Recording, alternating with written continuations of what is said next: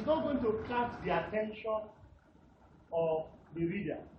You know, even when it is brief and very concise, people will be interested. What is this one then? What is this topic all about? But when it is too much, people are not likely to be interested in that particular topic. So we should try as much as possible to make sure that the title of our paper is what? It's brief and concise, not too much. And don't let us use bogus words. When the words are too bogus, you know, people are not likely to be interested. Then the next one is that we should select keywords for indexing, write an acknowledgement if it's important. What do we mean by the acknowledgement here? The acknowledgement that I'm referring to here. I'm not saying that I want to appreciate my wife or my kids that have been able to help me to weather all the storm. Despite the fact that no, that is not the acknowledgement that we are talking about here.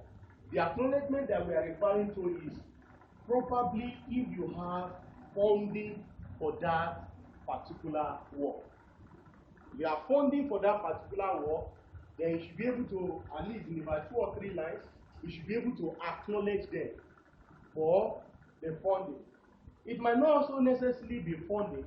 It might be that you want to acknowledge the reviewers of what? Of the paper.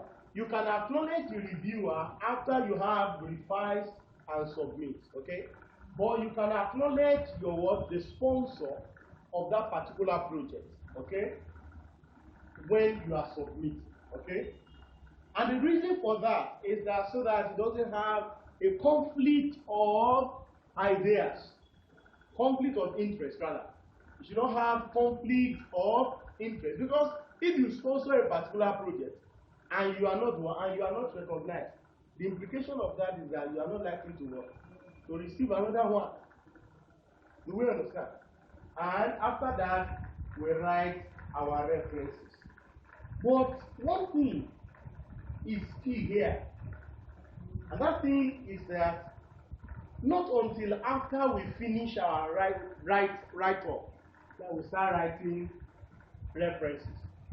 Once you reference a particular journal, once you reference a particular work, just have probably a file that you can what?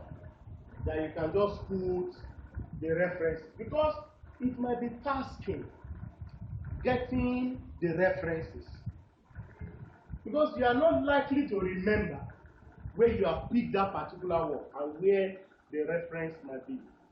Okay? And in this world, or in this digital age, there are so many databases for referencing. Once you reference a particular work, there's no need of saying, I don't know where I will put comma, where do I put apostrophe. All you need to do is that database, they call it JabRef. Okay? That JabRef is linked to so many word processing facilities. Okay? Now, what you can do there is that once you have the name, the title, the page, the volume, and the number, the sections are created there. And once you put it there, and at the end of the day, once you want to have your app, you just write the code and you run it and you have it there. Okay? All right. These are some of the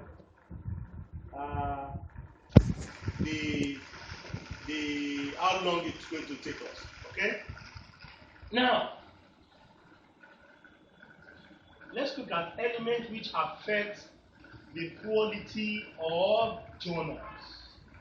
This is very, very important. The elements that affect the qualities of journals.